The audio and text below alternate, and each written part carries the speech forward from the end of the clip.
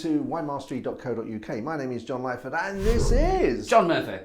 And we're here to help you find the wine, if not the wines, that you will absolutely adore.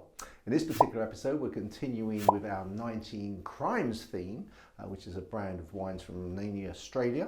And in this particular episode, we're going to taste a red wine that's been partly aged in rum oak barrels to give it a little bit of a twist in the taste, I guess. So, I think also it's in the Cote du Rhone style. Okay. So I think it's got Cabernet Sauvignon, it's got Syrah, and it's got one other, the Grenache. Grenache, yeah. Yeah, so it's a blend of three grapes. And the advantage that will give them, of course, is that they can make the taste pretty consistent because they can vary the mixture to get the right taste. Okay, shall we have a look at the colour? I'm ready. Okay. Well, that's pretty dense, isn't it? Yeah, it's lovely. Not much light coming through though, even with the lights, the camera lights here. Oh, excuse me, bless John. you. Excuse me, I don't know where that came from. Thank you very much. I don't know where that came from, but no, it's got the deep. Oh, of course, it's that deep garnety colour that looks tempting, you know. Yeah, it's very. Look at how deep that is. Yeah, it looks good. But then with those three grapes, because these three grapes are quite big grapes, aren't they? So they're going to be. I think about that big, aren't they? Oh, way up. Oh, did you know? Let's have a little go at nose. Oh wow! Yeah, it's some power there. There is, isn't there? Oh. Whoa. It's funny, isn't it? They call it Cote du Rhone style, but actually, there's no way that I would smell that and think of French wine. It's got its own distinctive. Got a big blackcurrants in there. Oh yeah. Yeah, with sort of edging of overlay of cherry. I'd say there's a lot of black fruit in there, and it's like it's all fighting. Yeah, it's the tension. Yeah, it smells. Very nice. Delightful, yeah. Okay. Should we move on to the taste? Let's go for it. Well, you know, sometimes you smell it, and then when you taste it, it's a disappointment. That actually was, really, the taste was better than the smell as far as I was concerned. I'm with you, John. That's shut me up for a second, is that?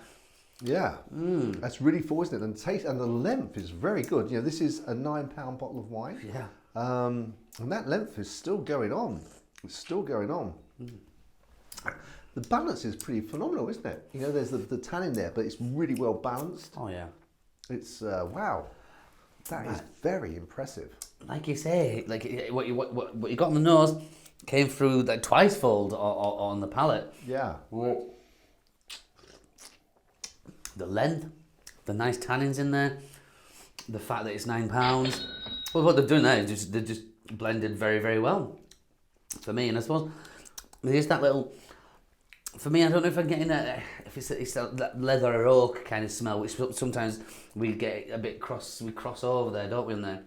You said that. I got, like that scent you get when you go into a woodwork or into a sawmill, and there's that sort of that planing, and you get that resiny wood smell. I think I got that. It's not oaky in terms of traditional oak taste, as where it's sort of like that leathery. Do you know what I mean? I do. This is sort of wood, and not very often I get that. Moving on to the pairing. So this is like I subleads and stuff. This for cheese definitely. It's going to take some doing. Is that one? So I would look at either something like the 3-year-old Gouda or an aged Gouda definitely, or I'd even be tempted to have a bit of Lincolnshire Poacher with that, because the Lincolnshire Poacher, kind of said this before, is showing really well. And that's got the power of flavour. It needs something to take that on, and it needs something big. So yeah, I'd probably go more towards good Lincolnshire Poacher and that, and I think I'd be happy with that. I didn't realise. I thought Gouda's got the holes in it. Yep. I didn't realise that. Does that get stronger as it gets older? Well, Gouda has only the small holes. I'm telling you, you might be thinking Suit me then. You might be thinking of Jarlsberg, that's the one that's got bigger holes. Okay. And you think, Emmental, that's got bigger holes. Emmental, yeah. The Gouda, it's got smaller holes in there, but it just depends how hard they press it and get all the whey out of there. The harder they press it, more whey that comes out, the longer it will longer it will last. But I believe they go up to 7 years old. I've never had a 7-year-old Gouda. But yeah, it's sat about 3 months. And they've got all because really that's all they produce is Gouda at different ages, all with different bits and pieces in there. Okay. Yeah, basically, Right. I mean, something's for everybody there. But yeah, the 3-year-old Gouda gets into. Next time I'm in the shop, I must buy some 3-year-old Gouda and I'm sure give it a try. We'll sort that out, John. Okay, fantastic. Good. Well, I think that. What about with food? I mean, would you say that this would go with a steak? Yeah, easy. And it'll be lovely. I just take the tannins that it does have. I mean, I'm not complaining about those tannins because the wine has got so much flavour. The tannins are big, the flavour's big. It marries very, very well. And again, it's £9. Would you say with some like poultry, so like duck or pheasant? Pheasant, perhaps. I'm like, it would go with duck, but I think there might be other things. Depends on the sauce that you had with the duck. Of course, there's always that element in there as well, isn't there?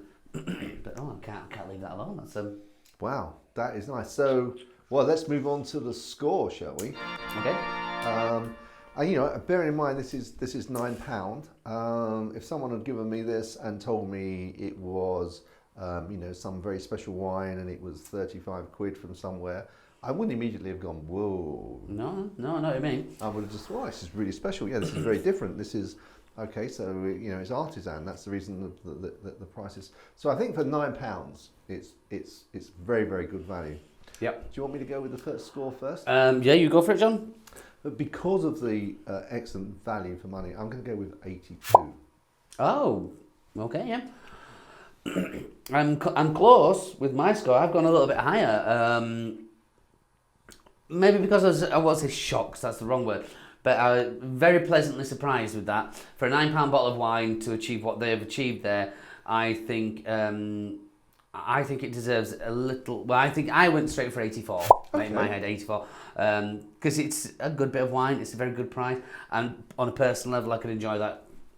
Well, I think, and it is subjective, and also I think it's down to mood. There could be there could be a plus or minus 4. I think in terms of scoring, depending on the evening you do it and how your personal palate is. So I totally understand where you're coming from with that. Mm-hmm. That is a find. I mean, if you like red wine, if you like full-bodied wines, it's fantastic balance. The alcohol, the tannins, the fruit. It's just on the button, and incredible value in my view for £9. So with that, we look forward to trying our next wine, and look forward to seeing you guys then. Chin chin. Chin chin.